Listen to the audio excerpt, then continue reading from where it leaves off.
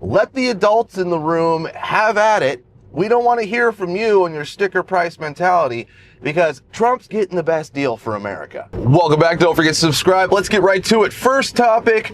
So what did we learn from the whole Trump-Zelensky exchange? There's a lot of people out on the internet saying that Trump humiliated Zelensky, which, if you're those people who said he humiliated him, then you're just a moron, because let's take a look at what happened, right? Okay, so Zelensky came to the U.S. to sign the minerals deal, right? So we had a deal in place. He was coming to sign it.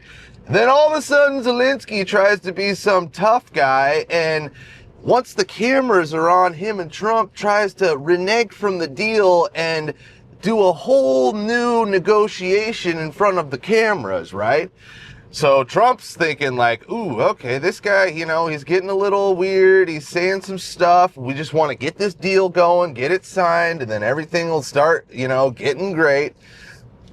But then the guy, you know, and then he starts talking about how America will feel the war, and we're going to start feeling it. Just go ahead and take a look at the clip. Let's start from the beginning. Sure. First of all, during the war, everybody has problems. Even you, but you have nice ocean and don't feel now, but you will feel it in the future.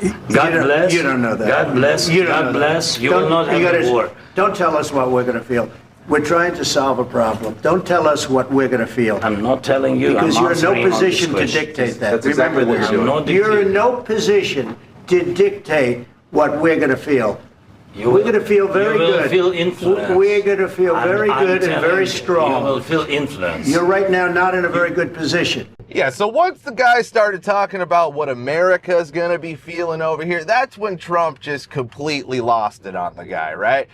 And remember, it became a negotiation out in front of the cameras, right? This type of thing never takes place in front of the cameras, right? Because it's a negotiation. You don't want to see you don't want people seeing what's going on.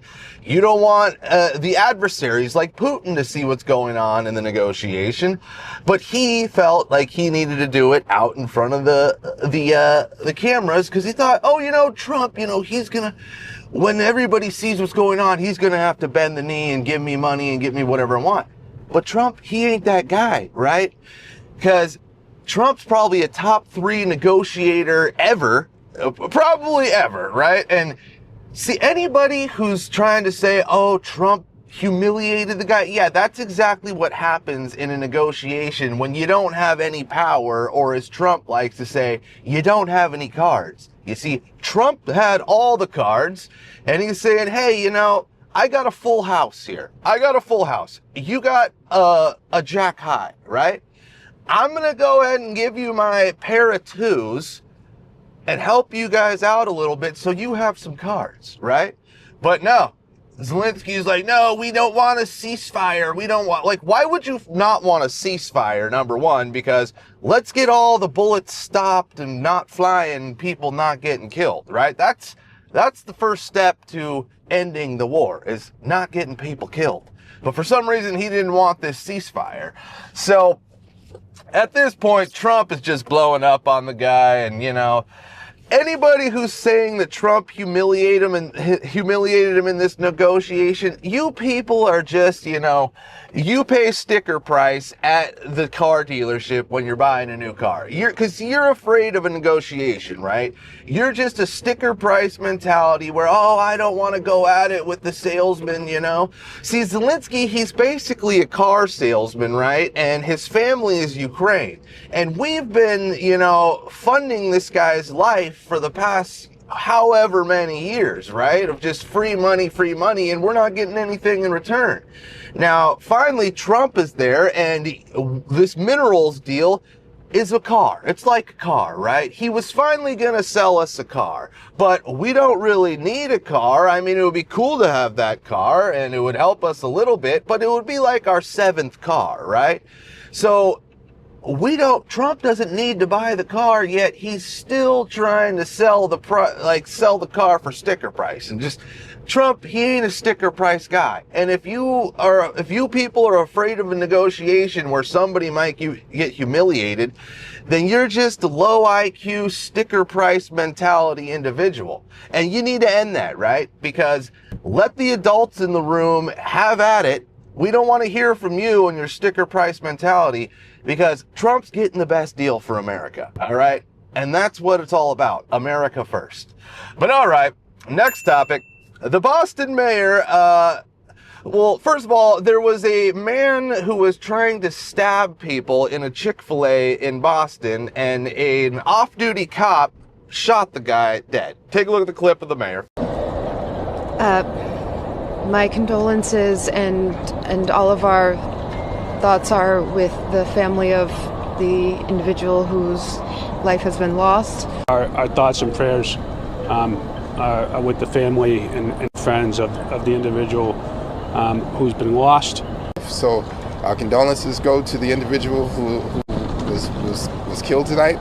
Why are you just offering condolences to the family of the victim? You know, why don't you praise the guy who was the off-duty cop who took out the threat? You know, that's just the sick world we're living in these days. You know, it's like the guy who's actually the hero is the villain in the eyes of these liberal mayors, you know, like, oh my God, he used a gun on this guy with a knife. Basically, you know, it's just like what's going on with the immigrants. You know, they're protected by the government, and, you know, for some reason criminals and with these liberal mayors and just crime is completely protected by those people.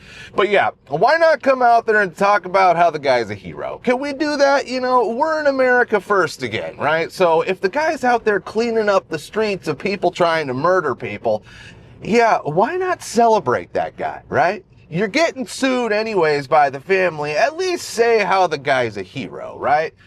God, it just sickens me that people try to pull this type of crap and make it about, you know, the person who was trying to murder somebody else and how sorry they are for them and their family. But all right, next topic. Trump has made English the official language of the United States. And, you know, it's about time, because, see, we don't need to be catering to any other languages. We all know English is the official language, and it's about time that it's put down on paper, right? Because Americans, we don't really want to be driving down the freeway and seeing street signs with, you know, Spanish and Arabic on them. It's just not, that takes away from the charm of America, you know, when you got to see other languages on signs and just everywhere you go, right? I mean, is that even America at that point? I don't really think so, because you're catering to these other languages. Listen, if you come to America legally, right? If you immigrate to America legally, which is perfectly fine, us Americans, we don't care. We want the legal ones, because they're usually positive about joining America and they get vetted, right? But yeah, if you come here, just learn the language. That's all we ask. It's English, right? It's English. But all right, next topic. The actress Elvira, I think Cassandra Peterson is her, I forget what her name is. You can see it down at the bottom here. But yeah, she's getting rid of her Tesla. Now, here's the video. I'm not playing it because she's got some music on it, but not playing the audio.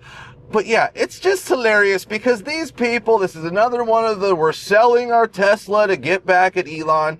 But listen, I was a valet for 14 years, right? I used to park about 15 Teslas a day. And everybody who owns a Tesla absolutely loves their Tesla. And they want to tell everybody they know or anybody they see just how great their Tesla is, right?